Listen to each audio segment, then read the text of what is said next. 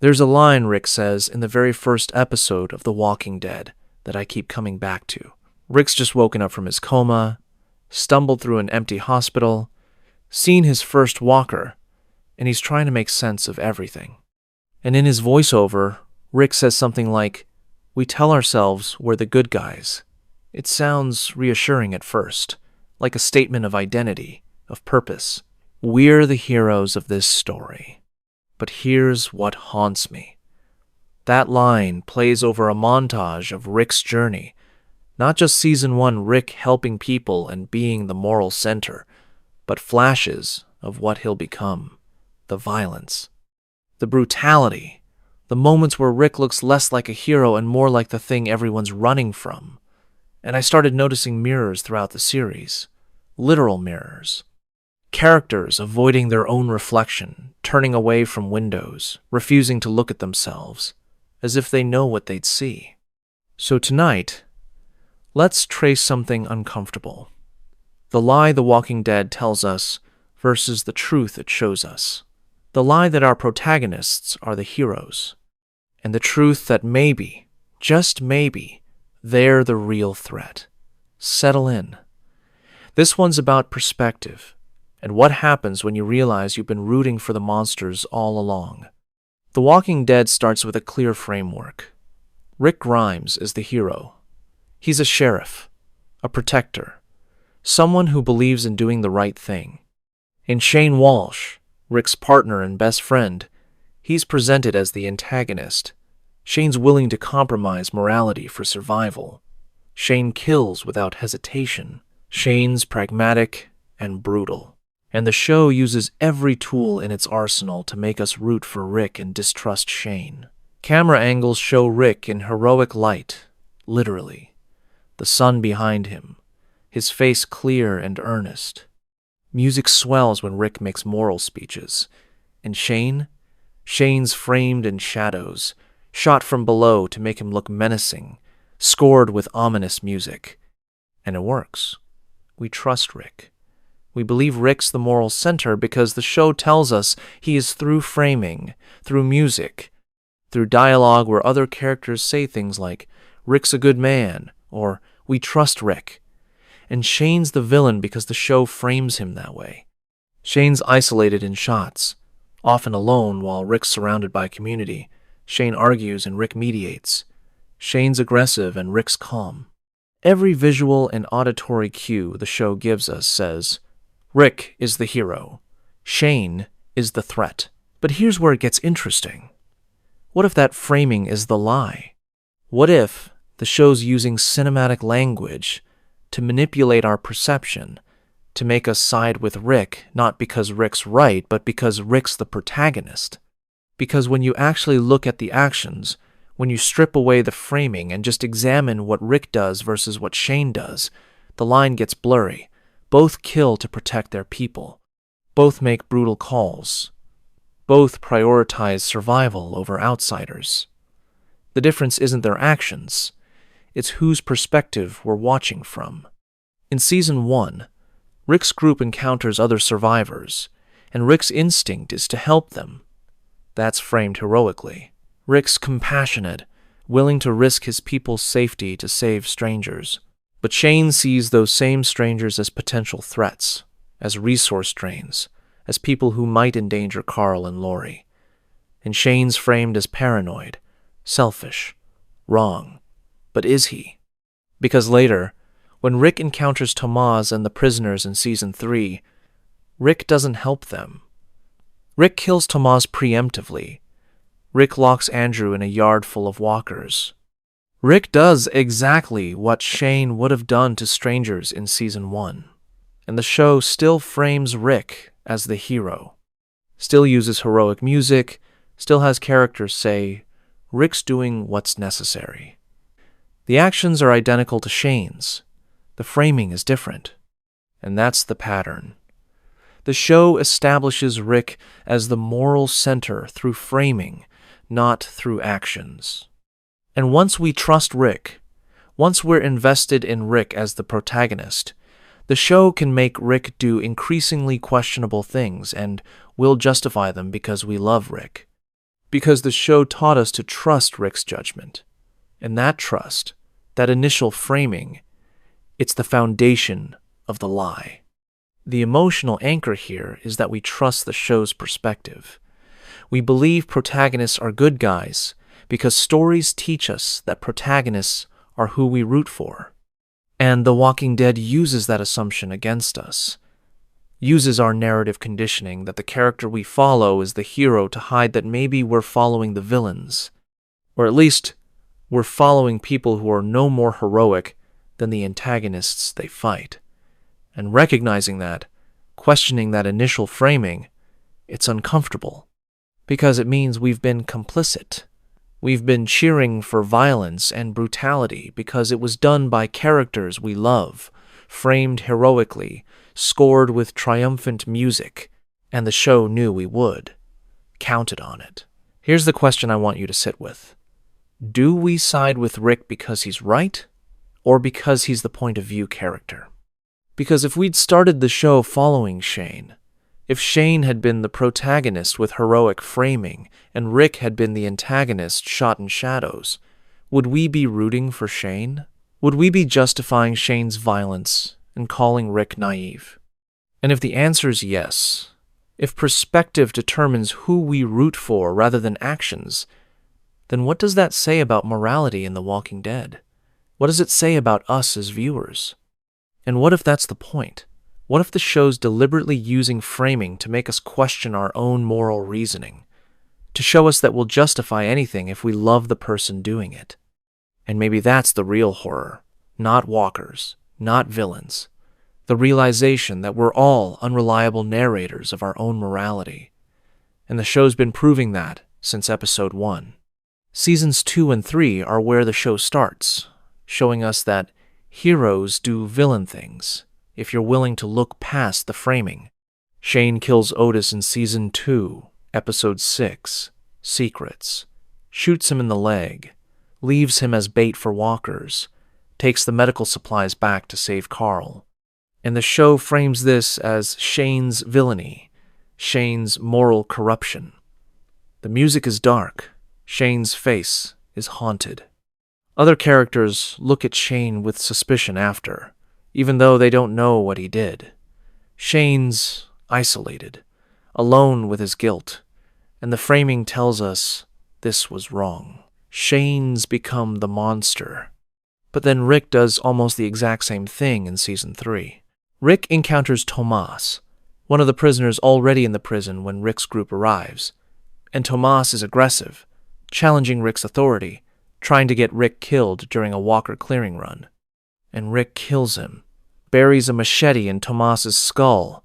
No trial, no attempt at rehabilitation, just immediate execution. And the show frames it differently. The music is tense, but not condemning. Rick's face is determined, not haunted. And other characters, they accept it. Herschel says something like, "You did what you had to do." Daryl nods. The group trusts Rick's judgment. And the framing tells us, this was necessary. Rick's protecting his people. But the actions are nearly identical. Shane sacrificed Otis to save Carl. Rick sacrificed Tomas to protect the group. Both were preemptive violence against people who posed potential threats. Both were brutal. Both were done without hesitation. The difference is framing. Shane's violence is framed as corruption. Rick's violence is framed as leadership. And we accept that framing because we've been conditioned to trust Rick and distrust Shane. And it's not just Tomas. Rick locks Andrew, another prisoner, in a yard full of walkers and leaves him to die. That's not self-defense. That's execution. Andrew wasn't attacking Rick when Rick sealed him in. Andrew was just there, a potential threat, and Rick decided potential threats don't get to live. And again, the show frames this as Rick being practical, being a strong leader, not as Rick becoming the thing he killed Shane for being. And the group takes Herschel's farm by force, essentially. Not through violence, but through presence.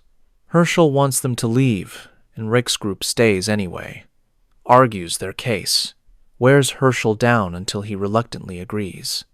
And when Herschel's farm falls to walkers in Season 2's finale, Rick's group takes the prison in Season 3, clears it out, claims it, defends it from the prisoners who were there first.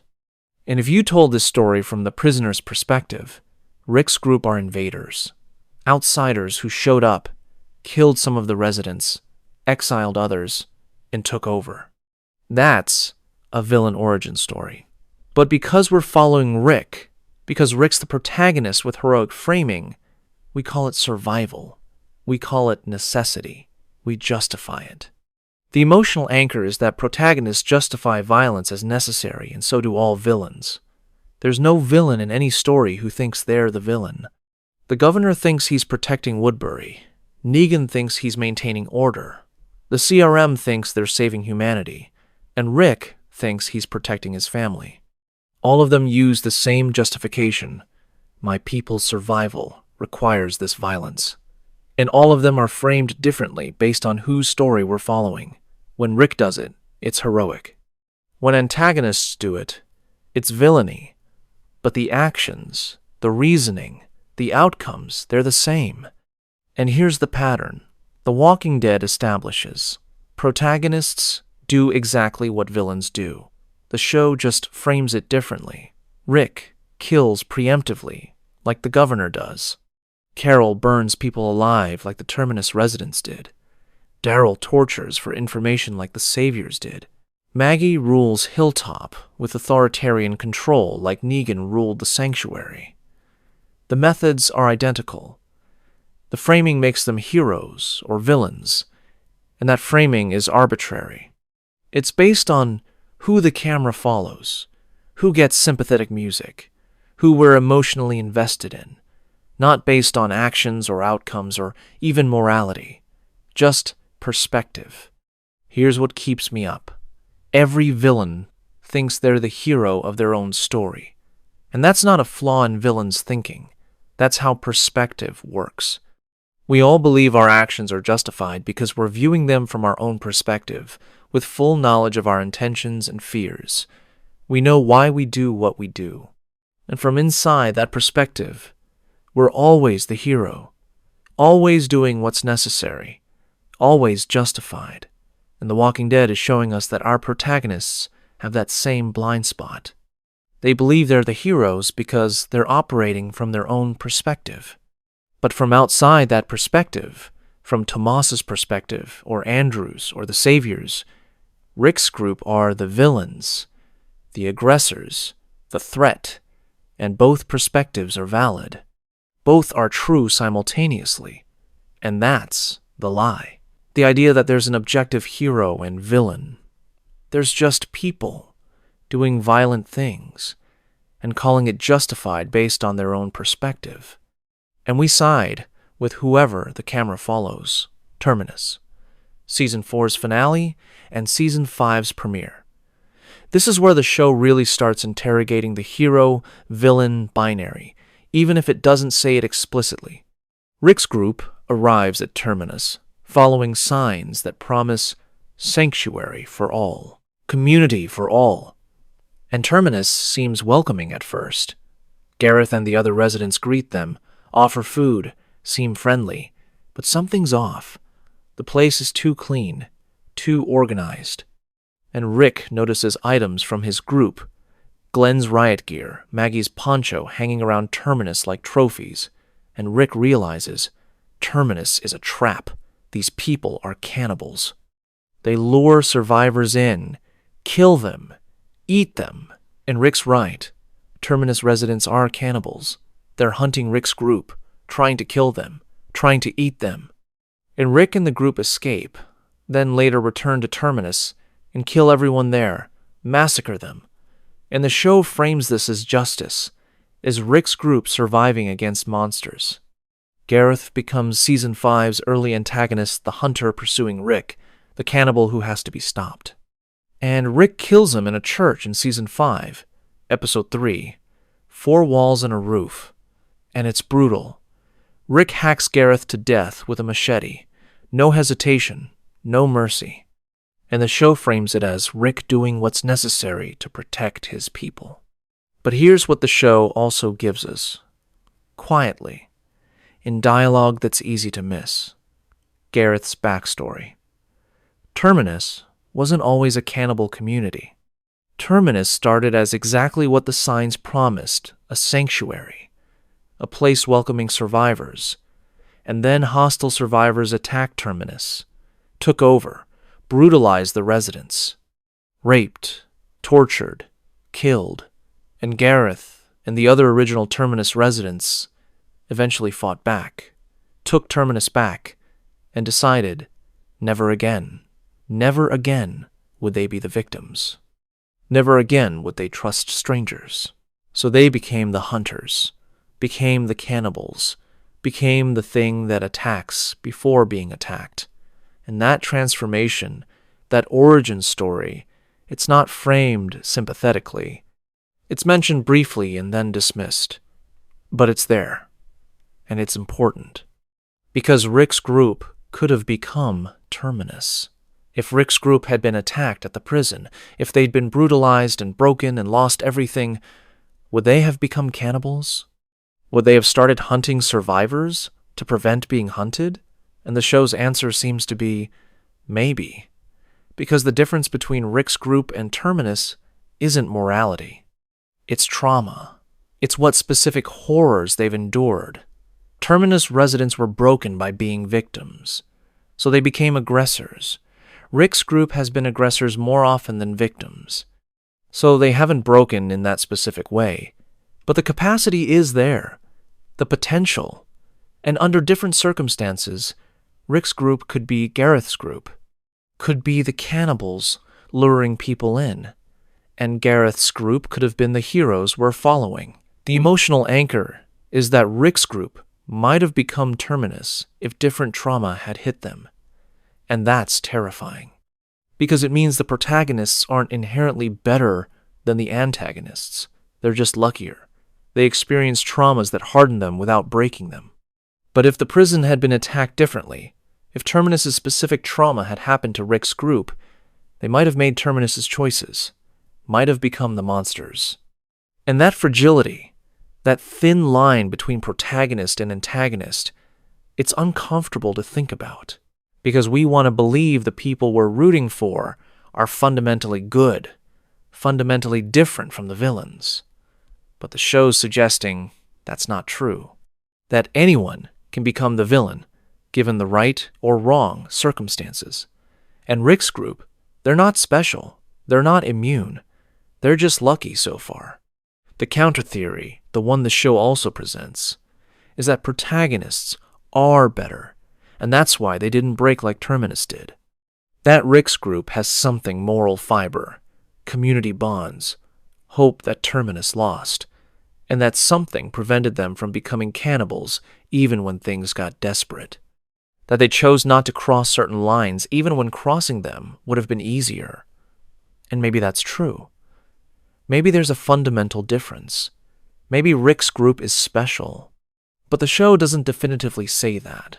The show leaves it ambiguous, leaves us wondering whether Rick's group is better or just luckier. And that ambiguity is intentional. Because if protagonists are just lucky, if circumstance rather than character determines hero versus villain, then the whole moral framework collapses. Then we're all just people making choices based on trauma and fear, and calling those choices heroic or villainous is arbitrary. Based on outcome, not intent. Based on who survives, not who's right. Here's the question that breaks me. What would break you? What trauma, what specific horror would make you the villain? Because Terminus residents weren't evil from the start. They were people trying to help, trying to be good, and something happened that broke them, made them monsters. And Rick's group, they've done monstrous things too, just not cannibal level yet. But the trajectory is there. The slide toward brutality is visible. And if Rick's group had been pushed slightly harder, slightly differently, Would we be watching them lure people into their sanctuary and kill them? Would we call them the villains then? Or would we still justify it because we love them, because we followed their journey, because we understand their trauma? And that's the real question. Not whether Rick's group could become Terminus, but whether we'd still root for them if they did. And I think we would, because that's what love does. It makes us excuse anything. And maybe that's the horror. Not that good people can become monsters, but that we'll love the monsters anyway, as long as we understand how they got there. And the show's counting on that. Counting on us loving Rick's group enough to follow them anywhere, even into monstrousness. Season 6, Episode 12, Not Tomorrow Yet, is where the show stops being subtle about the protagonist as villain question. Rick's group makes a deal with the Hilltop, kill Negan and the Saviors, get supplies in return. And Rick agrees. Not because Negan's attacked Alexandria, not because the Saviors are an immediate threat to Rick's people, but because the Hilltop says Negan's dangerous, and Rick calculates that eliminating the Saviors preemptively serves Alexandria's interests. That's preemptive war. That's starting a conflict based on potential future threat, not actual present danger. And Rick and the group go to the Saviors' compound at night and massacre them. Kill dozens of sleeping people. Sneak through the compound, executing Saviors in their beds. No warning, no negotiation, no attempt at diplomacy, just assassination. And the show frames this uneasily. The music is tense. Characters like Morgan and Heath express doubt about what they're doing. There's weight to it, acknowledgement that this is a morally gray action. But it's still framed as Rick protecting his people, as Rick being a strong leader making hard calls. The camera stays with Rick's group. We see their perspective, the fear of what Negan might do if they don't act, the pragmatism of striking first, the belief that they're preventing future violence by committing present violence. And because we're with Rick's group, because we understand their reasoning, we justify it. We call it a hard but necessary choice.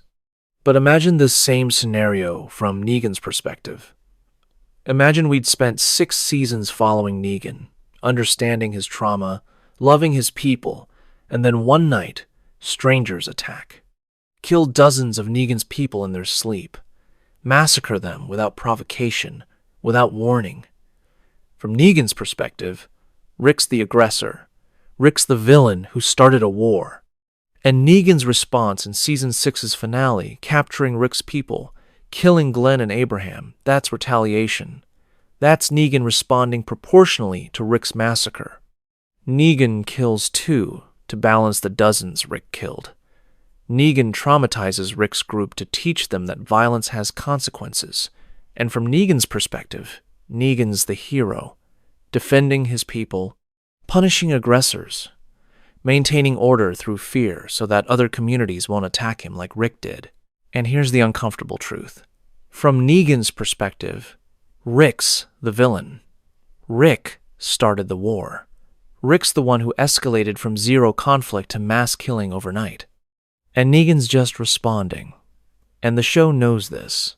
The show deliberately structures Season 6's finale and Season 7's premiere to make us feel what it's like to be on the receiving end of violence. To watch Rick's group be brutalized, be terrified, be helpless. And it's horrifying. We hate Negan for what he does to Glenn and Abraham. We call Negan a monster. But Negan's doing exactly what Rick did, using violence to control, to punish, to prevent future threats. The methods are different, but the logic is identical, and the show's asking us to sit with that, to recognize that from Negan's perspective, Rick's the monster, and both perspectives are valid. The evidence is in how the show structures the narrative. Season 6 builds up Negan as this terrifying threat, this villain we need to fear, and then Rick attacks first. And only after Rick attacks does Negan retaliate. The timeline is crucial. Rick's the aggressor, Negan's the defender. But because we're following Rick, Because we love Rick's group, we justify Rick's aggression and condemn Negan's retaliation. We call Rick's violence prevention and Negan's violence tyranny, but they're the same thing. Both are using violence to maintain power, to control threats, to protect their people. The framing makes them hero or villain, not the actions. The emotional weight is crushing, because the show frames Negan as villain, and we hate Negan for killing Glenn and Abraham. Those deaths are gutting. And we want Rick to defeat Negan, want justice, want revenge. But Rick started the war. Rick killed first. And Glenn and Abraham died because Rick made the choice to attack the Saviors preemptively. Their deaths are on Rick. And the show doesn't say this explicitly, but it's there, in the structure, in the timeline, in the fact that Rick's group initiated conflict and Negan responded. And we have to sit with the knowledge that the people we love, the protagonists we've been rooting for, they created the situation that killed Glenn and Abraham. They're not blameless victims. They're aggressors who got hit back. And calling them heroes requires ignoring that, requires accepting the show's framing over the show's facts. Here's the thing that keeps me awake. Heroes write history, and history is written by the survivors. Rick's the hero of The Walking Dead because we're watching Rick's story. If we were watching Negan's story, Negan would be the hero and Rick would be the villain who attacked Negan's people unprovoked, and both stories would be true. Both perspectives would be valid. The only difference is which story gets told, which perspective the camera follows, and in our world, Rick's perspective is the one that gets told. So Rick's the hero. But in Negan's world, in the Savior's reality, Rick's the monster. And they're not wrong. They're just telling a different true story. And maybe that's the biggest lie The Walking Dead tells. That there's one true story, one correct perspective, one hero and one villain, when the truth is that everyone's the hero of their own story and the villain of someone else's. And which label we get depends entirely on who's holding the camera. And we can't see that because we're inside Rick's perspective. We're complicit in the framing. We're part of the lie. And the show's been trying to show us that since season 1, we've just been too invested in Rick to notice. Carl's letters in season 8 are the show's clearest moral judgment on Rick's choices. Carl, Rick's son, the person Rick's been protecting and fighting for since the beginning. Carl writes letters to everyone before he dies asking them to make peace, to stop the war with Negan, to choose humanity over vengeance. And Carl's letter to Rick is explicit. It can't be all about killing. It can't. There's got to be something after.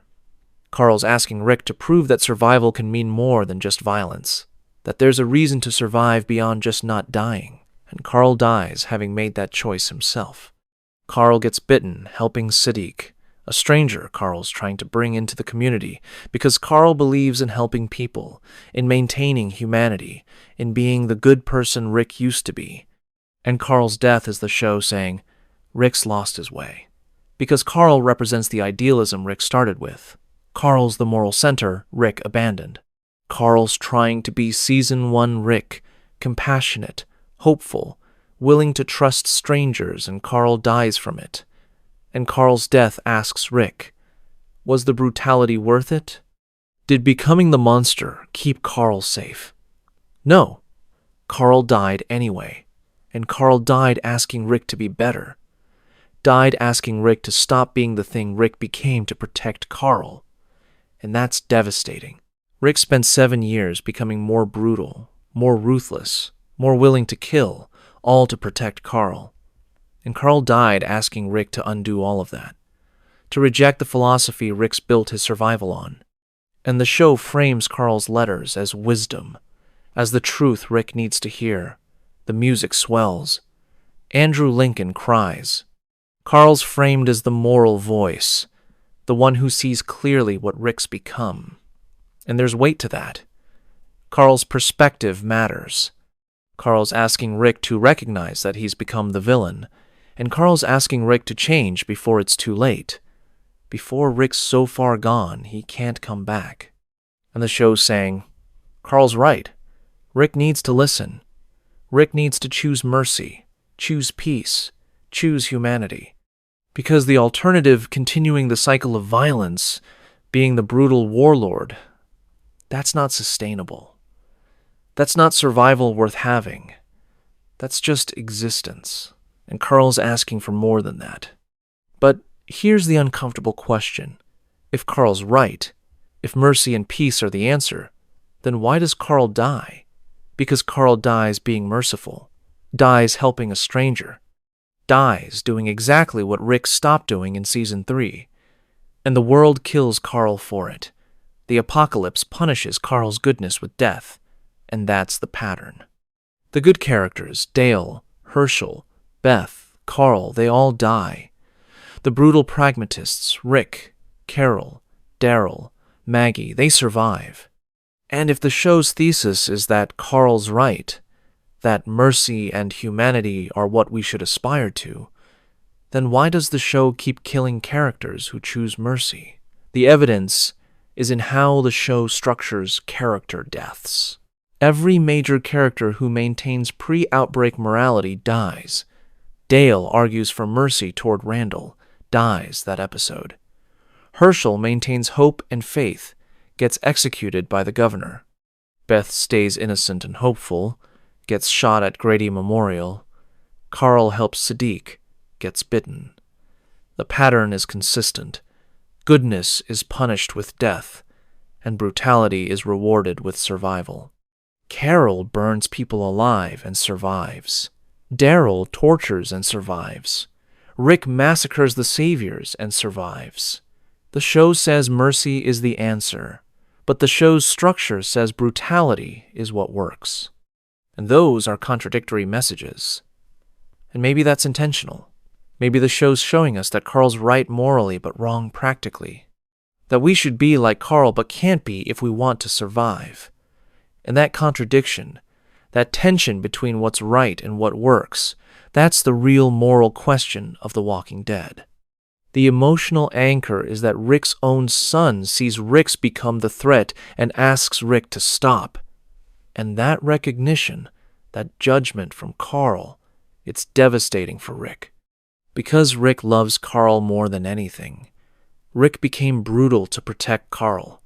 And Carl's telling Rick it was all wrong, that Rick didn't need to become the monster, that Rick could have stayed good and they'd have been fine.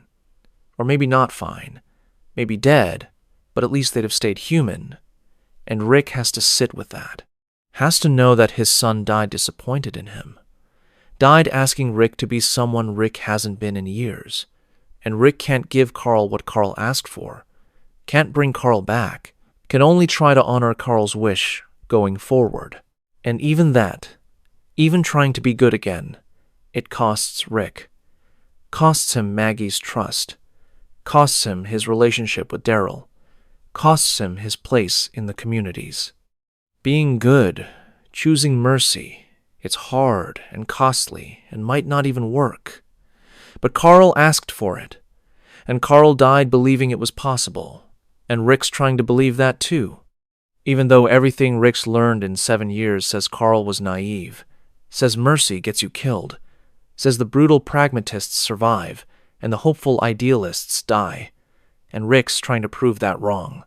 For Carl, even though Rick doesn't believe it anymore, even though Rick knows, deep down, that Carl's mercy is what killed Carl, and becoming like Carl would kill Rick too. But Carl asked, and Rick loved Carl more than he loved survival, so Rick tries. And maybe that's heroism, not being good, but trying to be good, even when you know it'll cost you everything. Even when you know it probably won't work, because someone you loved asked you to, and that's enough. Here's what I can't stop thinking about. If Carl couldn't follow Rick's path, should we? Because we've been following Rick. We've been justifying Rick's brutality, accepting Rick's methods, calling Rick the hero. And Carl, Rick's son, Carl says no, says Rick's wrong, says the brutality, the violence, the willingness to kill without hesitation, It's not the answer. And Carl dies for that belief. And the show asks us, do you believe Carl? Do you think Carl's right? Or do you think Carl's naive, and Rick's brutality is the only realistic response to the apocalypse? And I don't know the answer. The show doesn't give us the answer. The show just asks the question and lets us sit with it. And maybe that's the point. Maybe we're supposed to be uncomfortable. Supposed to question whether we've been rooting for the right people, following the right philosophy, justifying the right violence, and maybe there's no right answer. Maybe it's just people making choices, and none of those choices are purely good or purely evil. They're just choices, with costs, and Carl's choice cost him his life. And Rick's choice cost him his son. And both of them, they're trying to do the right thing. They just disagree on what right means, and we're left wondering which one of them we'd be.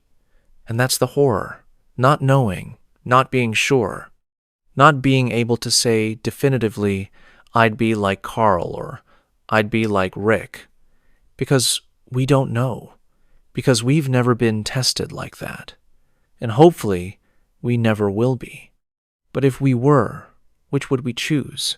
And that's the question that's going to stay with us long after the episode ends, long after the show's over. That question and the fear that we might not like the answer. Seasons 9 through 11, the Commonwealth arc, is where the show really holds up a mirror to its protagonists. The Commonwealth is a community of 50,000 people with functioning government, class system, jobs, currency. It's pre-outbreak society recreated in miniature. And when Rick's people, now led by Daryl, Carol, Maggie, etc., encounter the Commonwealth, their reaction is suspicion and disgust. They call the Commonwealth corrupt, authoritarian, unfair. They see the class system where people are assigned jobs based on their pre-outbreak careers as oppressive. They see Governor Pamela Milton's leadership as tyrannical, and they eventually instigate a rebellion that overthrows the Commonwealth's government.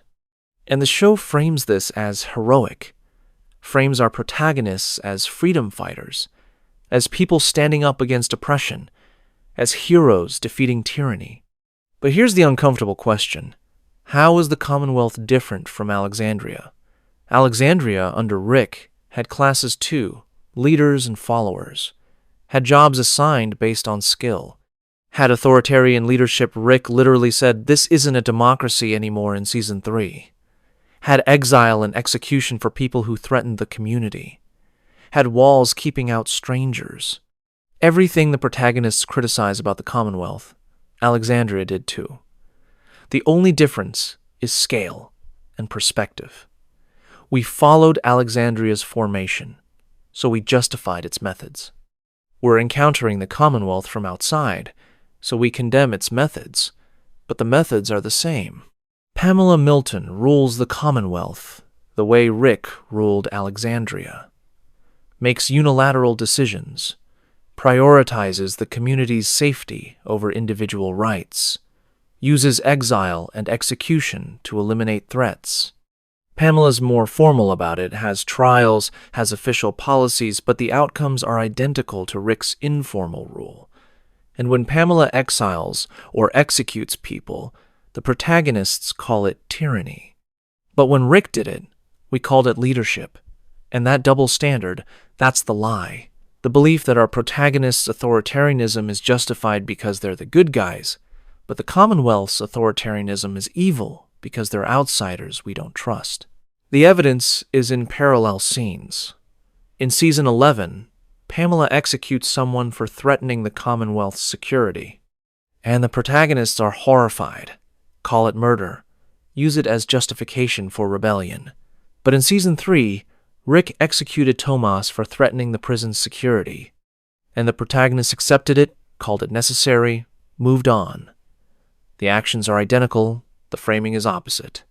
And the show's asking us to notice that. To see that the protagonists hate the Commonwealth for being what they are, for using their exact methods. And the protagonists can't see it because they're inside their own perspective, inside their own framing, believing their violence is justified because they know their intentions. But from outside, from the Commonwealth's perspective, Rick's group are the scary ones. The brutal survivors who've been fighting for 10 years, who don't trust authority, who instigate rebellions and overthrow governments. Rick's group are the threat. And the Commonwealth's response trying to contain them, trying to maintain order, trying to prevent these dangerous outsiders from destroying the stability they've built that's self-defense. That's the Commonwealth protecting itself from Rick's group. And we call it tyranny because we're following Rick's group. But if we were following the Commonwealth, we'd call it security. The emotional anchor is that protagonists hate the Commonwealth for being what they are.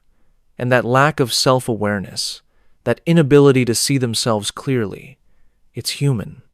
It's how we all operate. We justify our own actions and condemn identical actions in others because we know our intentions and we don't know theirs. We trust ourselves and distrust strangers. And Rick's group is doing that with the Commonwealth. They see the Commonwealth's authoritarianism and call it tyranny, not recognizing that they've been just as authoritarian. They see the Commonwealth's violence and call it evil, not recognizing that they've been just as violent. And the tragedy is that they're right about the Commonwealth's flaws. The Commonwealth is corrupt, is oppressive, does need to change. But Rick's group is also corrupt, also oppressive, also needs to change. Both are true. And the show's trying to show us that, trying to make us see that our protagonists aren't better than the Commonwealth. They're just different. Smaller scale, more personal, but fundamentally the same. And recognizing that, seeing that our heroes are what they claim to be fighting against, that's the lie collapsing. That's the moment where we realize we've been rooting for people who are no better, no more moral, no more justified than the antagonists they defeat. And we justified it because we love them, because we followed their journey, because the show framed them heroically. But strip away the framing and look at the actions, and Rick's group and the Commonwealth are the same. They're both authoritarian survival communities, using violence to maintain control. And we call one heroes and the other villains based purely on perspective, on which one we've been following, on which one we love. And that's arbitrary. That's the lie. And the show's been showing us that for 11 seasons. We've just been too inside Rick's perspective to see it. Here's the question that haunts me. We call it tyranny when villains do it, leadership when heroes do it. Why? What's the actual difference? Because I can't find one beyond framing, beyond who we trust. Rick exiles people, Pamela exiles people, same action. Rick executes threats, Pamela executes threats, same action. Rick builds walls, Pamela builds walls, same action. But we justify Rick and condemn Pamela, and that's not based on actions. That's based on love, on narrative investment, on the fact that we followed Rick since episode 1 and we only met Pamela in season 11, and love makes us blind, makes us excuse anything, makes us justify violence from people we care about while condemning identical violence from strangers. And maybe that's the most human thing. Maybe that's just how perspective works. But it's also terrifying, because it means our morality isn't based on principles. It's based on relationships, on who we love. And if we love someone, we'll justify anything they do. We'll call it heroic. We'll frame it sympathetically. We'll explain away every atrocity as necessary or justified or understandable given the circumstances. And we won't even realize we're doing it. Because love is the ultimate bias, the ultimate framing device. And The Walking Dead has been using our love for Rick's group to prove that, to show us that we're all unreliable narrators, all willing to excuse violence we'd condemn in others, all believing our perspective is the truth when it's just one perspective among many, and recognizing that doesn't make us better, doesn't make us more moral, just makes us aware. Aware that we're complicit in the lie, that we've been telling it to ourselves since episode 1, and we can't stop, because we love these characters too much to see them clearly. And maybe that's okay. Maybe love is more important than objectivity. But maybe it's also dangerous. Maybe loving people blindly, justifying their actions reflexively, that's how villains are made, and we're all capable of it. And maybe that's the real horror of The Walking Dead. Not that good people become monsters, but that we'll love the monsters anyway, and call them heroes, and believe it. Every major antagonist in The Walking Dead is defeated by protagonist violence. Not by moral superiority, not by offering a better alternative, not by winning hearts and minds, by violence. Rick beats the governor through warfare, allying communities, building an army, fighting until the governor's people turn on him. Rick beats Negan through coalition warfare, uniting Alexandria, Hilltop, and the Kingdom, fighting a brutal war until Negan surrenders. The Commonwealth falls to internal revolt that the protagonists instigate and support. And the pattern is consistent. Protagonists win not because they're right, but because they're more effective at violence. And that's important, because it means the show's not validating the protagonist's morality. The show's just showing that might makes right in the apocalypse. That the group with superior numbers, better strategy, more willingness to fight wins. And that's Rick's group. Not because Rick's group is morally superior, but because Rick's group is tactically superior. Rick's a better military leader than the governor. Rick builds better alliances than Negan. Rick's people are more motivated, more desperate, more willing to die for their cause. And that desperation, that willingness to sacrifice everything, it's what wins wars, not righteousness. The evidence is in how victories happen. The governor doesn't lose because Rick convinces him he's wrong.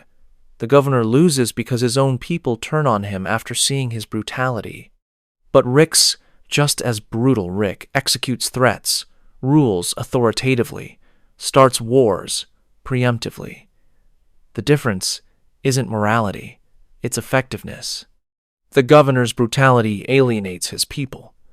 Rick's brutality inspires loyalty. Why? Because of framing. Because we're inside Rick's perspective, we see Rick's brutality as protective. But the governor's people are inside his perspective. And at some point, they see through it. See that the governor's brutality is serving the governor's ego, not their safety. And they turn on him. But Rick's people never turn on Rick, except Maggie briefly in Season 9, because Rick's brutality serves them, or they believe it does, or the show frames it that way. And that belief, that framing, it keeps Rick's group loyal, and loyalty wins wars. Negan loses the same way. Not because Rick convinces Negan he's wrong. Negan loses because Rick builds a better coalition, fights a better war, and Carl's death makes Rick willing to show mercy that creates peace.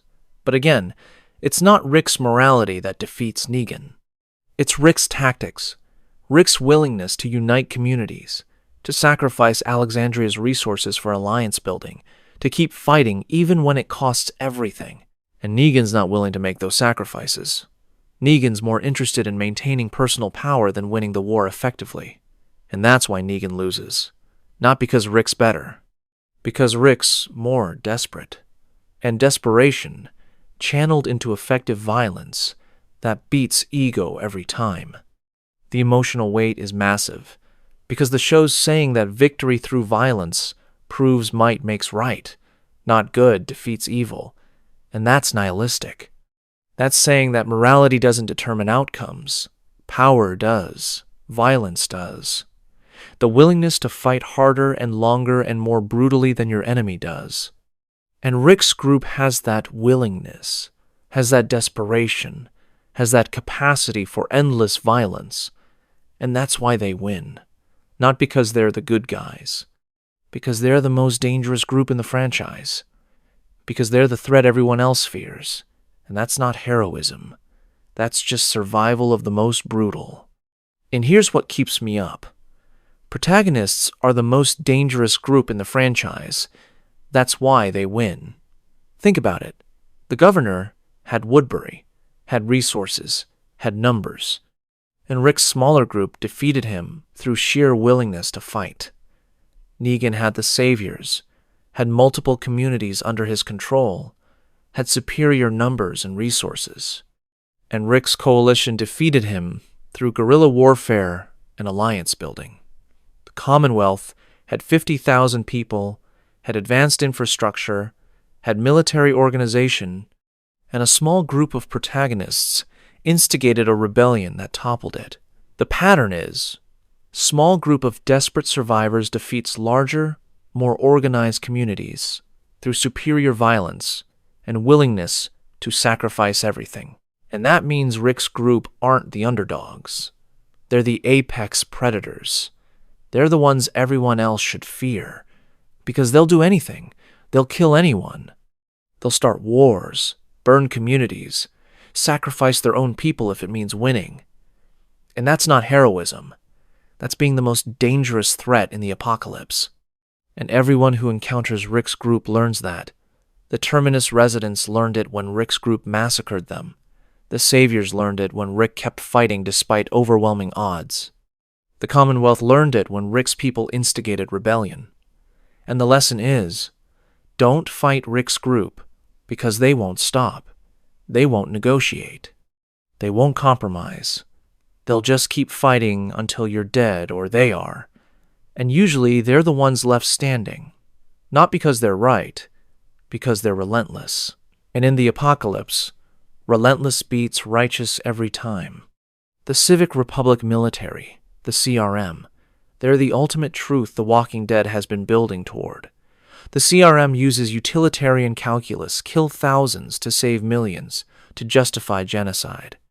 The CRM destroys communities they deem threats, eliminates groups that might compete with the Civic Republic, commits mass murder in service of what they call the greater good. And the show frames the CRM as villains, as the antagonists, as people who've gone too far, who've become monsters in service of survival. And Rick, when he encounters the CRM in The Ones Who Live spin-off, Rick opposes them, tries to escape, tries to undermine them. Because Rick sees the CRM as evil. But here's the uncomfortable truth. The CRM is the logical endpoint of Rick's philosophy. Rick's methods, preemptive strikes, authoritarian rule, sacrifice the few to save the many, those are CRM methods, just smaller scale.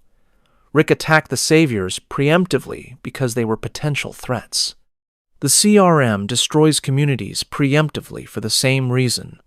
Rick ruled Alexandria authoritatively, making life and death decisions without democratic input.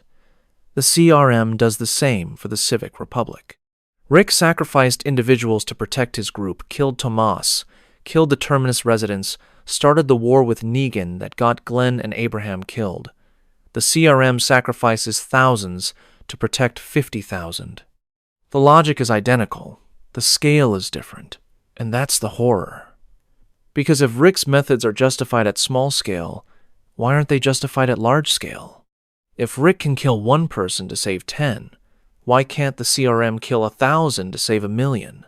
If Rick can start a war to prevent future threats, why can't the CRM destroy communities for the same reason? The math scales. The utilitarian calculus is the same. Kill some to save more. And if we accept Rick's version, if we call Rick's violence necessary, then logically we should accept the CRM's version too. It's just Rick's philosophy with more resources and power. But we don't accept it.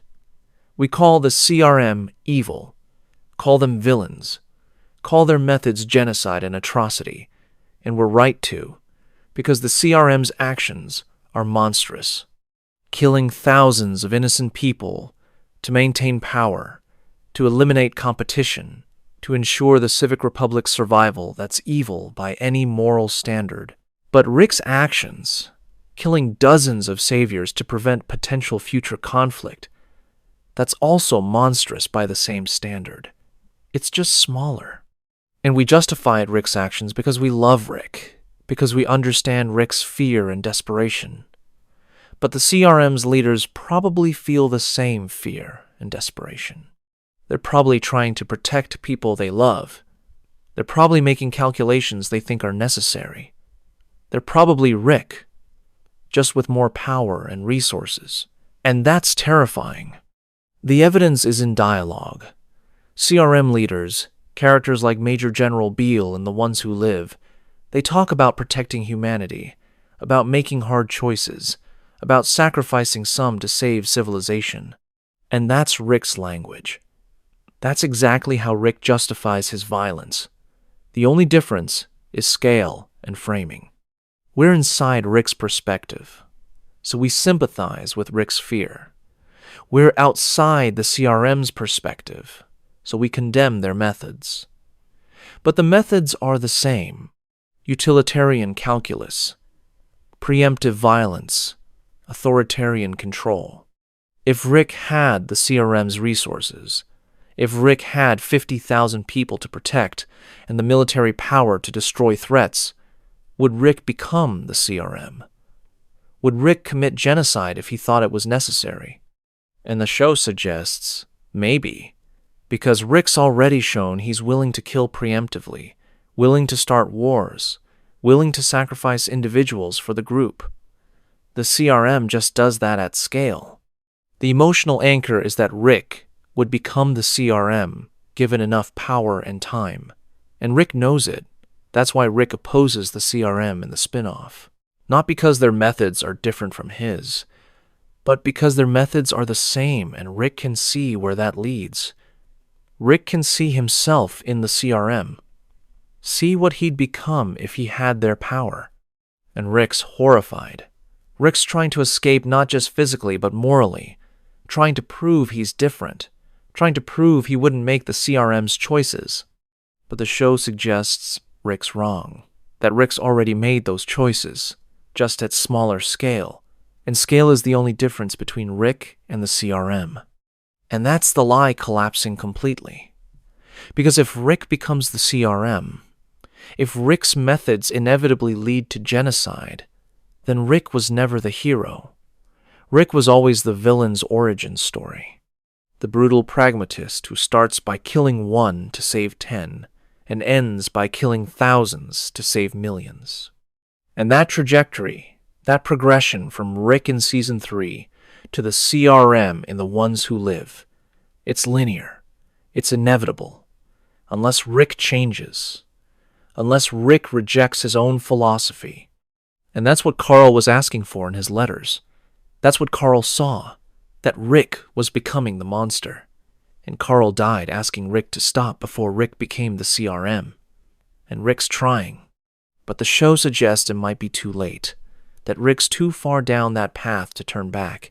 And if that's true, if Rick's already become the thing he's fighting against, then the lie is complete. The protagonists were villains all along.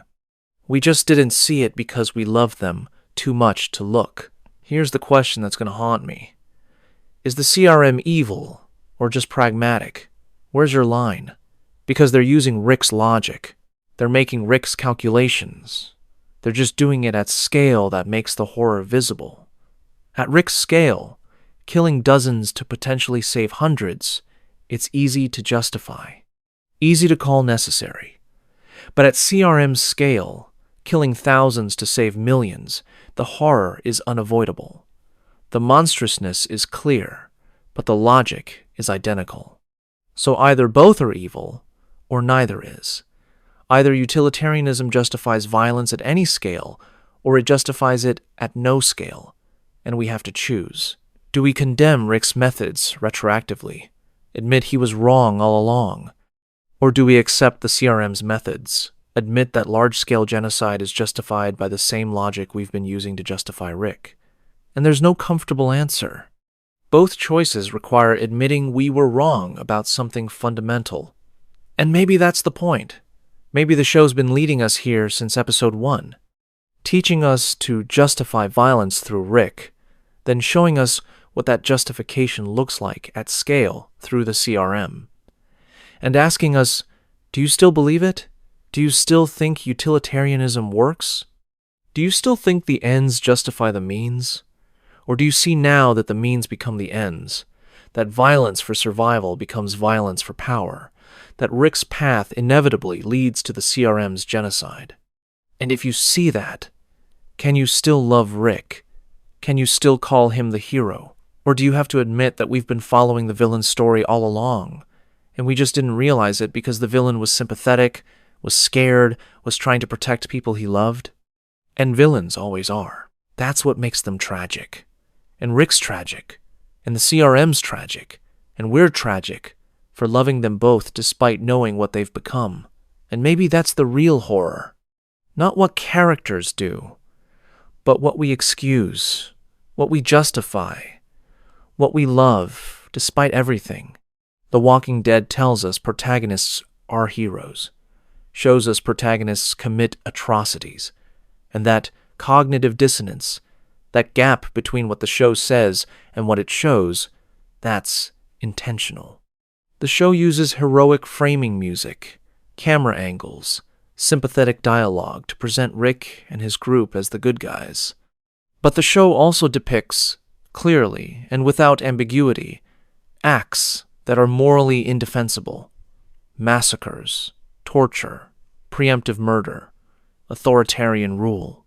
And the show never explicitly condemns these acts when protagonists do them. Never has a character say, "Rick, you've become evil."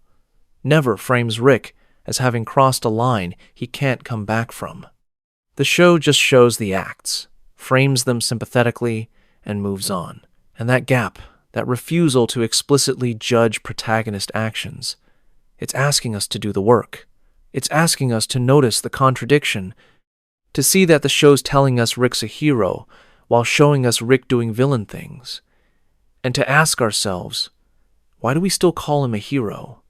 Is it the framing? Is it our emotional investment? Is it that we've been conditioned by 11 seasons to root for Rick no matter what he does? And if we can recognize that in ourselves, that blind loyalty, that willingness to excuse atrocity because we love the person committing it, then maybe we can recognize it in the real world too. Maybe we can see that we do this constantly. Excuse violence from our side, condemn identical violence from the other side. Justify actions we'd find unforgivable if committed by people we don't love. And the show's deliberately creating that dissonance to make us examine our own moral reasoning. The evidence is in every season, having a moment where a protagonist does something a villain would do, and the show doesn't comment. Season 3. Rick kills Tomas, no moral commentary. Season 5. Rick massacres Terminus, no moral commentary. Season 6. Rick attacks the Savior's minimal moral commentary, mostly focused on characters like Morgan expressing doubt, but Rick's choice is ultimately validated by the narrative. Season 8. Rick wages total war against the Saviors. Carl provides moral commentary, but Rick ignores it until Carl dies. And the show just presents these actions, frames them heroically or at least sympathetically, and lets us decide what we think. And most of us justify them. Most of us say Rick had no choice, or Rick was protecting his people, or Rick did what was necessary. And those justifications, they're identical to the justifications villains use.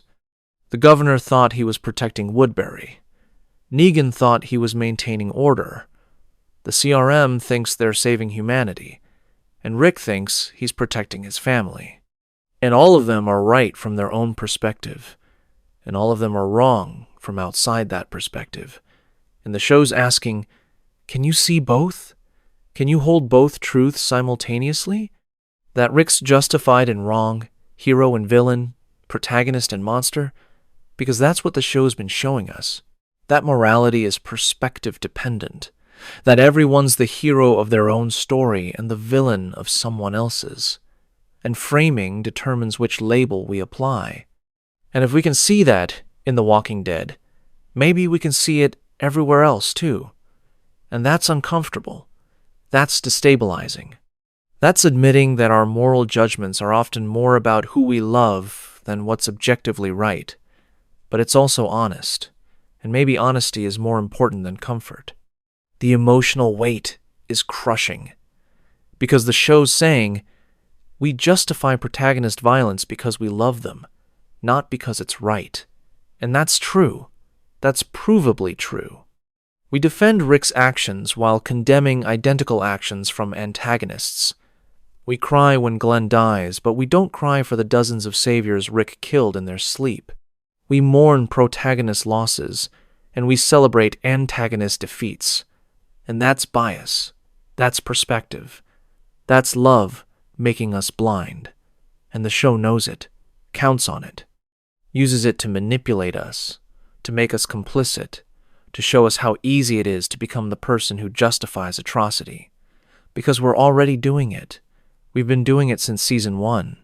We just didn't notice because we were having fun, because we loved the characters, because the show was entertaining. But the show was also teaching us how propaganda works, how framing works, how love and loyalty override moral reasoning. And now, 11 seasons in, the show's asking, did you notice? Did you see what you were doing? Do you understand now how easy it is to be the person who follows the villain and calls them a hero? Because you've been that person for 11 seasons. And you loved it. And maybe you still do. And that's okay. Because recognizing it doesn't make you bad. It just makes you human. And humans are biased. Humans love. And love makes us excuse anything. And The Walking Dead has been proving that since episode 1. And we've been proving the show right by loving Rick anyway, by justifying his violence, by calling him a hero despite everything. And the show's not judging us for that. The show's just showing us that we do it. And asking, does it matter? Does recognizing your bias change anything? Or do you just love Rick more transparently now, knowing you're excusing violence, knowing you're complicit, but loving him anyway because that's what love is? And I think that's the answer. Love is choosing to care about someone despite their flaws, despite their violence, despite knowing they're not the hero the story pretends they are. And that's okay. That's human. That's real. And maybe the show's not asking us to stop loving Rick. Maybe it's just asking us to be honest about what we're loving, to admit he's not perfect, to recognize the harm he's done, and to love him anyway, not because he's good, but because he's trying, and that's enough. That's all any of us can do. Try to be better while knowing we'll fail. Try to be good while doing harm. Try to justify our choices while recognizing they're probably wrong, and love each other anyway. Because that's what makes us human. Not being perfect, but trying despite imperfection. And that's Rick, and that's us. And maybe that's the only heroism that exists. Not being the good guy, but trying to be, and failing, and trying again. And that's The Walking Dead, and that's life. And maybe recognizing that is the real wisdom, not moral clarity. Just honest recognition of moral complexity and acceptance that we're all trying, and all failing, and all worthy of love anyway. We are the Walking Dead. Rick says this in Season 5, Episode 10. Them. And it's one of the show's most important lines. Rick's not talking about walkers. Rick's talking about his group, about themselves, about how they're already dead, already lost, already the thing they've been running from. And it's a callback to Season 1, to Rick's voiceover about being the good guys, about maintaining identity and purpose. And it's showing how far Rick's come, how much he's changed, how the idealistic sheriff who believed in goodness is now the broken survivor who sees himself as already gone, already a walking corpse just going through the motions, already the monster. And that line, "We are the Walking Dead," it's the show's thesis. The show's not called The Walking Dead because of zombies. It's called The Walking Dead because of the survivors. Because the real Walking Dead are the people who've lost their humanity, who've become hollow, who are just existing without living. And Rick's group, they're the Walking Dead. They've survived so long, endured so much, compromised so deeply, that they're not really alive anymore. They're just breathing, just moving, just fighting and killing and surviving another day without purpose, without hope, without belief that survival means anything. And that's what the show's been building towards since episode 1, the slow death of the soul, the gradual transformation from human to monster, and the recognition that survival came at the cost of everything that made survival worthwhile. The evidence is in the character arcs. Rick starts Season 1 as a man who apologizes to walkers before killing them.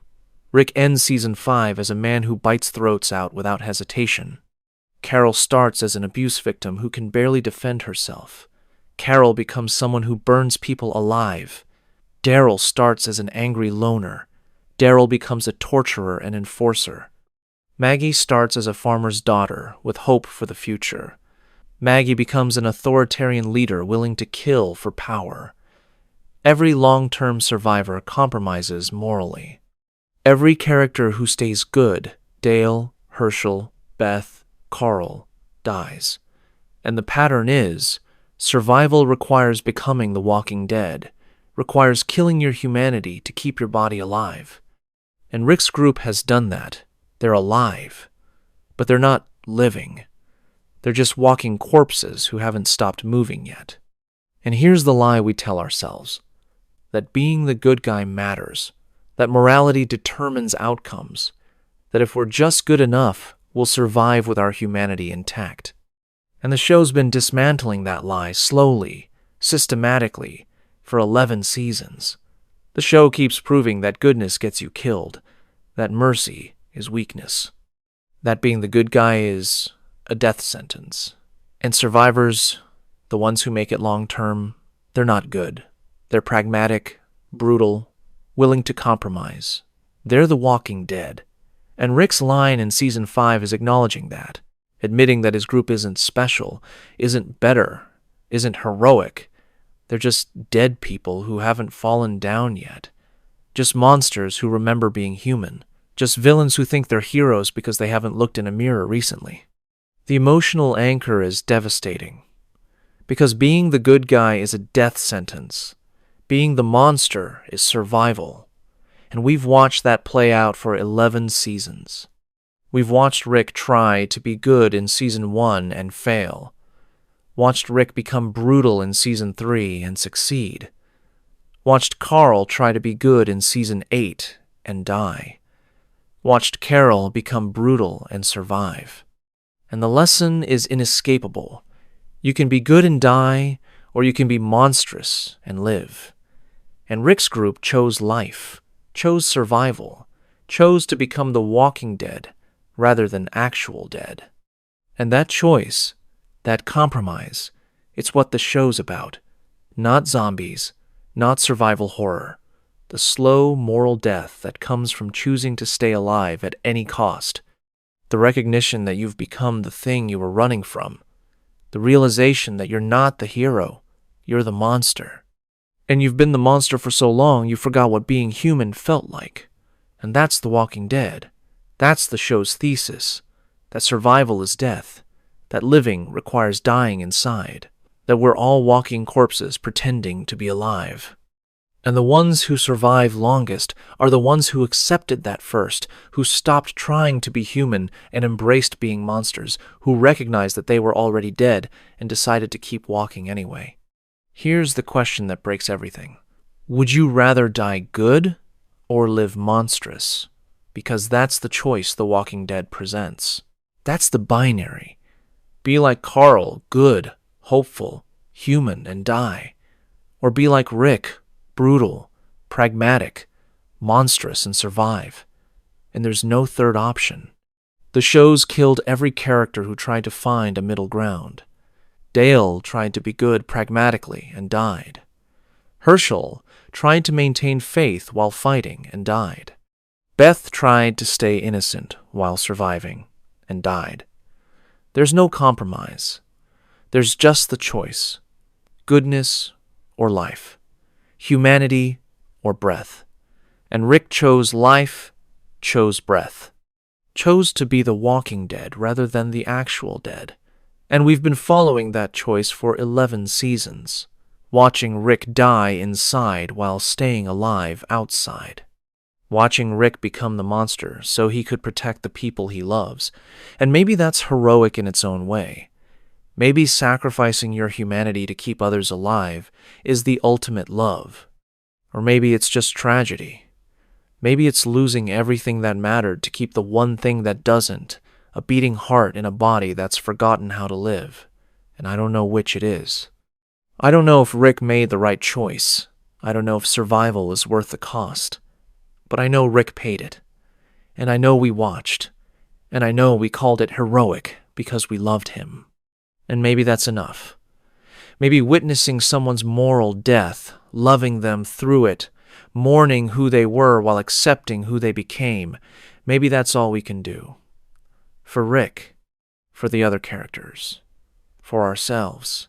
Because we're all making these choices, all choosing what we're willing to sacrifice to keep living, all becoming our own versions of the walking dead, all compromising, all failing, all losing pieces of ourselves we can't get back, and calling it survival, calling it necessity, calling it life, when really it's just death, slow death, walking death, the kind that leaves you breathing but takes everything else.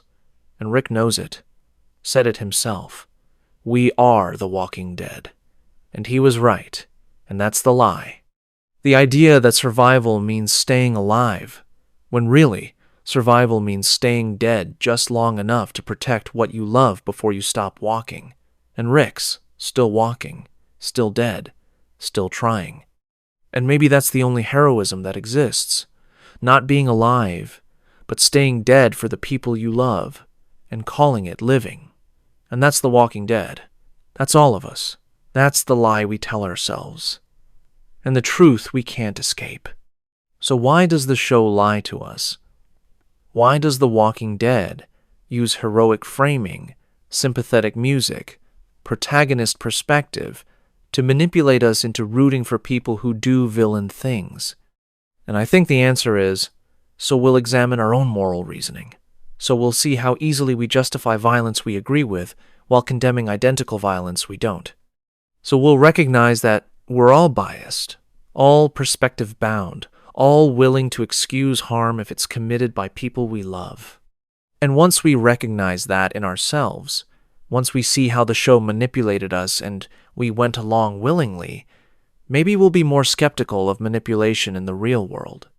Maybe we'll question our own justifications. Maybe we'll pause before excusing violence from our side while condemning it from the other. The evidence is in fan behavior. The Walking Dead fandom defends protagonist actions ferociously. Rick attacked the saviors first. Justified. They were a threat. Carol burned people alive. Necessary. They would have endangered the group. Daryl tortured for information. Acceptable. They needed to find their people. But when antagonists do the same things, the fandom condemns them. The governor's preemptive violence? Evil. Negan's executions to maintain order? Monstrous. The CRM's utilitarian calculus? Genocide. The actions are identical. The judgment is opposite. And that's bias. That's perspective. That's fans proving the show's thesis that we'll justify anything from people we love while condemning the same things from people we don't. And the show's deliberately creating that dynamic. The show could frame Rick's violence critically, could have characters condemn Rick, could use music and camera angles to make us question Rick's choices, but it doesn't. The show frames Rick sympathetically, gives Rick humanizing backstory, makes us love Rick before showing us Rick doing terrible things. And once we love Rick, we justify whatever Rick does. We defend him. We explain away his violence.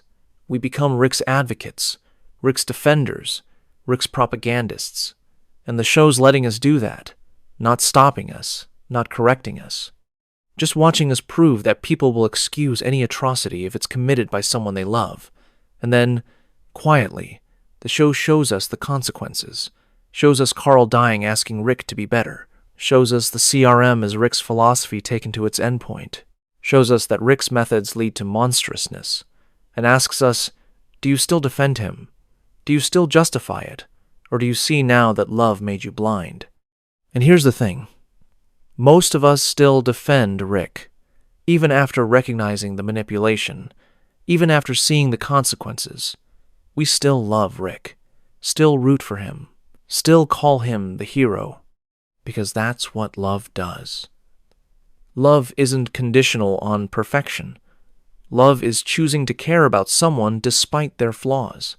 And Rick's flawed. Rick's monstrous. Rick's done unforgivable things. And we love him anyway. And maybe that's okay. Maybe the show's not asking us to stop loving Rick. Maybe it's asking us to love him honestly. To admit he's not the hero the show pretended he was. To recognize the harm he's done. And to love him despite that, or because of it.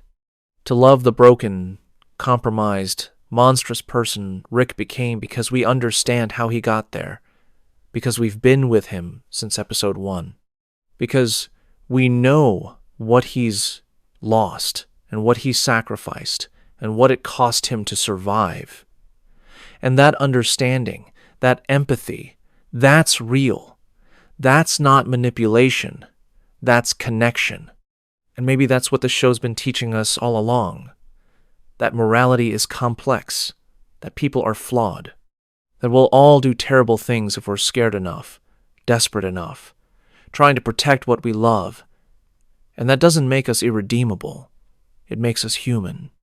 And loving flawed humans, understanding their choices without excusing the harm, that's the work. That's the real moral challenge. Not deciding who's good and who's evil, but recognizing that everyone's both, and choosing to love them anyway, or not, depending on whether their harm is forgivable, and that's subjective. That's personal. That's the choice we all make every day about the people in our lives. And The Walking Dead is training us to make that choice consciously, to see our biases, to recognize our excuses, and to choose anyway. With full knowledge, and that's harder than blind loyalty, but it's more honest, and maybe honesty is what matters. More than being right, more than being good. Just being honest about what we're doing and why, and accepting the consequences, like Rick does, like we all have to. The spin-offs, Daryl Dixon, Dead City, The Ones Who Live, they continue the lie. They follow heroes in morally gray situations and frame those heroes sympathetically, despite villain-level violence. Daryl in France kills without hesitation, operates outside any community structure, makes decisions that endanger others to achieve his goals. Maggie and Negan in Manhattan are doing street-level violence, killing people who threaten them, operating as vigilantes in a collapsed city. Rick with the CRM is trying to escape, to undermine, to destroy an organization that's keeping 50,000 people alive. And the spin-offs frame all of this heroically. Frame Daryl as the righteous outsider, Maggie as the avenging survivor, Rick as the freedom fighter. When, from another perspective, Daryl's a dangerous, unknown, endangering a fragile French community. Maggie's a violent intruder in Manhattan. Rick's a traitor trying to destroy the last large-scale civilization. And the spin-offs use the same techniques the main show used. Heroic music, sympathetic framing, protagonist perspective. We follow these characters. We love them from 11 seasons of the main show, and we justify whatever they do because we're invested in them. Because the spin-offs count on us having that investment, that love, that willingness to excuse. And we do. We defend Daryl's violence, Maggie's revenge, Rick's opposition to the CRM. We call them heroes. We root for them. We justify their actions. And the spin-offs, like the main show, They're not stopping us. They're just showing us what we're doing. Showing us that we'll follow these characters anywhere, even into monstrousness, even into villainy, because we love them, and love makes us blind. But there's a counter theory, and I think it's worth considering. Maybe the spin-offs are interrogating the lie more directly than the main show did. Maybe Daryl Dixon in France, Maggie and Negan in Dead City, Rick in The Ones Who Live, maybe they're consciously grappling with the question of whether protagonist violence is justified. Maybe the spin-offs are more self-aware, more willing to question, more open to showing that our heroes are flawed and their violence is problematic. And there's evidence for that. Daryl Dixon has moments where Daryl questions his own choices, where other characters challenge him, where the show seems to be asking, is Daryl right? Dead City shows Maggie and Negan as equally violent, equally compromised, and doesn't definitively say one is better than the other. The Ones Who Live shows Rick opposing the CRM, but also shows the CRM's perspective, shows that the CRM believes they're doing what's necessary. And that ambiguity, that refusal to definitively judge, maybe that's progress. Maybe that's the spin-offs being more honest than the main show was. Or maybe it's just the same lie with better disguise. And here's the audience engagement question. Are you still rooting for these characters? Why? Because 11 seasons have taught us to love them? Because we're invested in their stories? Because they're familiar and we trust them? Or because they're actually doing the right thing? And if it's the former, if we're rooting for them out of habit rather than judgment, then we're proving the show's point. We're showing that loyalty trumps morality, that love makes us excuse violence, that we're all capable of following villains as long as those villains are people we've been conditioned to care about. And that's sobering. That's uncomfortable. That's admitting that our moral reasoning is often just emotional attachment with extra steps. But if it's the latter, if we're rooting for these characters because we genuinely believe they're doing the right thing, then we need to examine that belief. Need to ask, would we believe that if we hadn't followed them for 11 seasons? Would we think Daryl's violence is justified if we'd just met him? Would we defend Rick's opposition to the CRM if we didn't know Rick's history? Or are we justifying their actions based on who they are rather than what they're doing? And if it's based on who they are, then again, we're proving the show's point. We're showing that identity matters more than actions, that our judgment of right and wrong is subjective, perspective-dependent, based on relationship rather than principle. And recognizing that doesn't change it. We're still going to root for Daryl, Maggie, Rick, still going to justify their violence, still going to call them heroes. Because that's what 12-plus seasons of investment does. It creates loyalty that transcends morality. And maybe that's okay. Maybe loyalty is a value worth having. But it's also dangerous. It's also the mechanism by which villains maintain power. It's also how atrocities get justified. And The Walking Dead, across the main show and spin-offs, has been showing us that.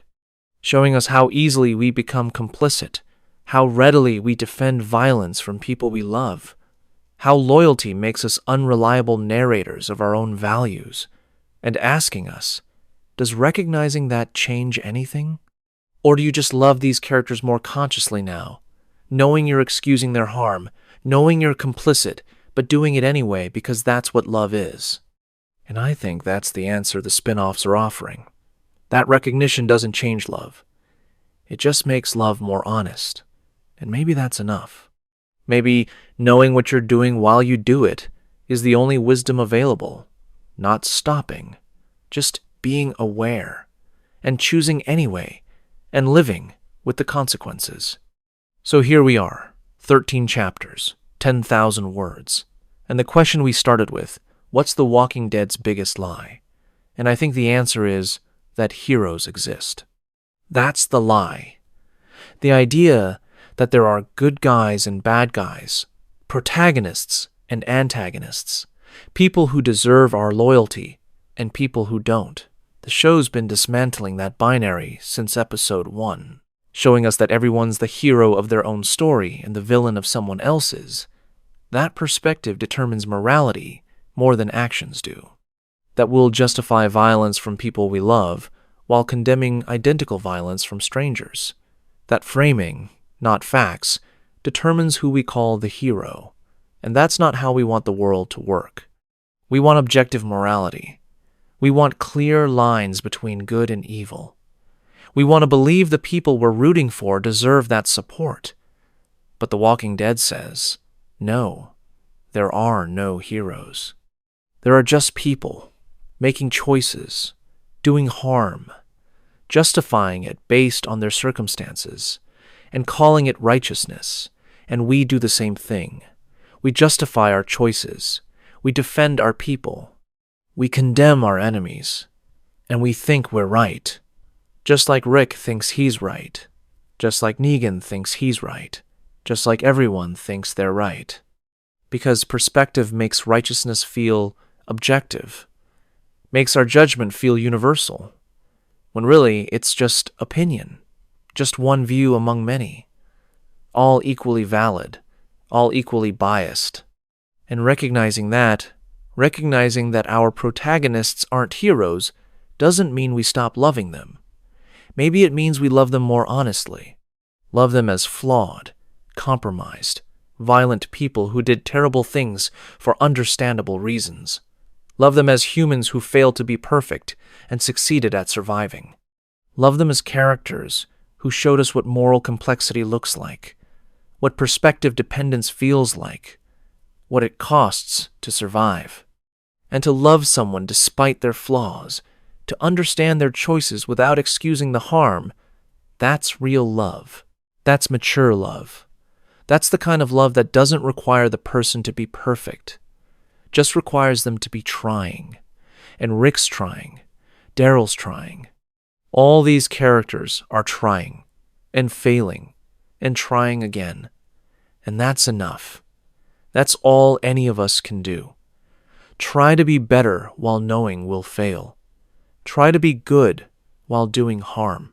Try to justify our choices while recognizing we're probably wrong. And love each other anyway, because that's human. That's real. That's the truth underneath the lie. The show's real thesis, the truth it's been showing us for 11 seasons, is this. Everyone's the villain of someone else's story. And that's not nihilistic. That's just honest.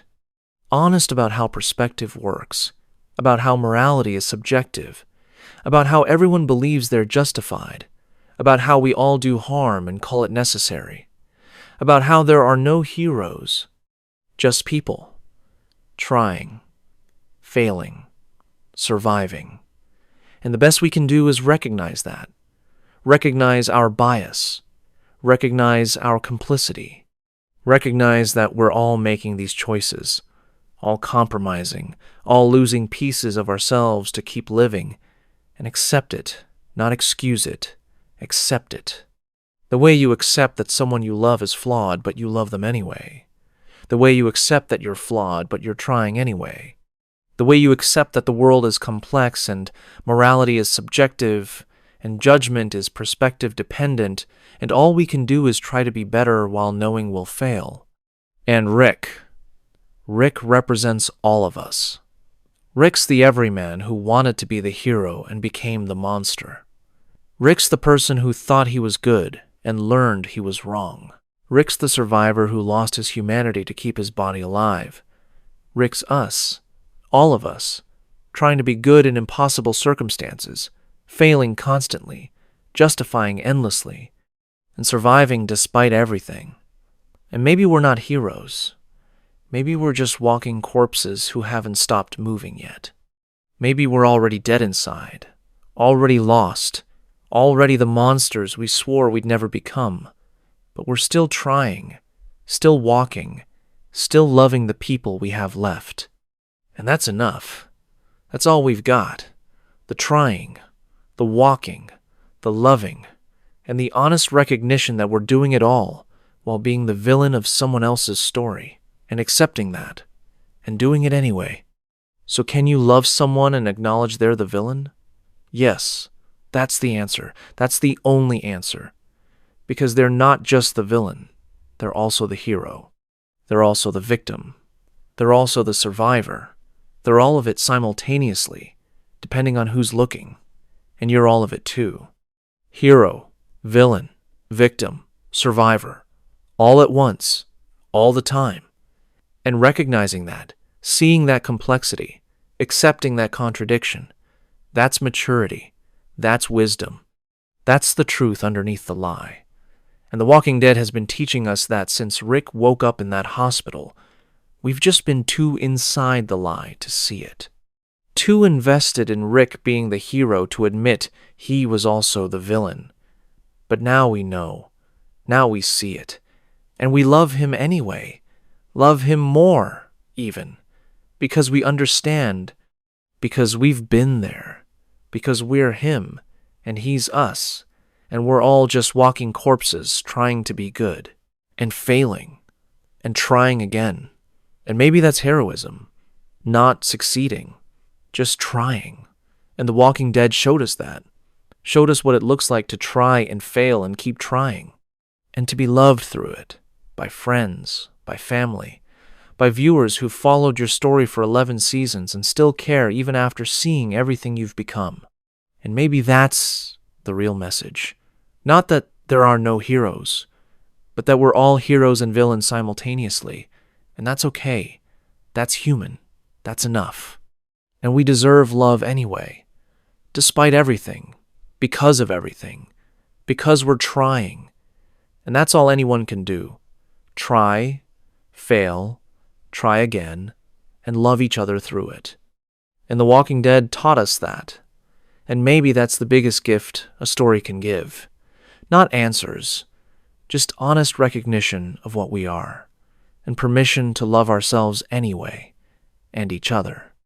And the flawed, broken, monstrous, beautiful characters who showed us how. And that's The Walking Dead. That's the lie. That's the truth. That's all of us. And maybe that's enough.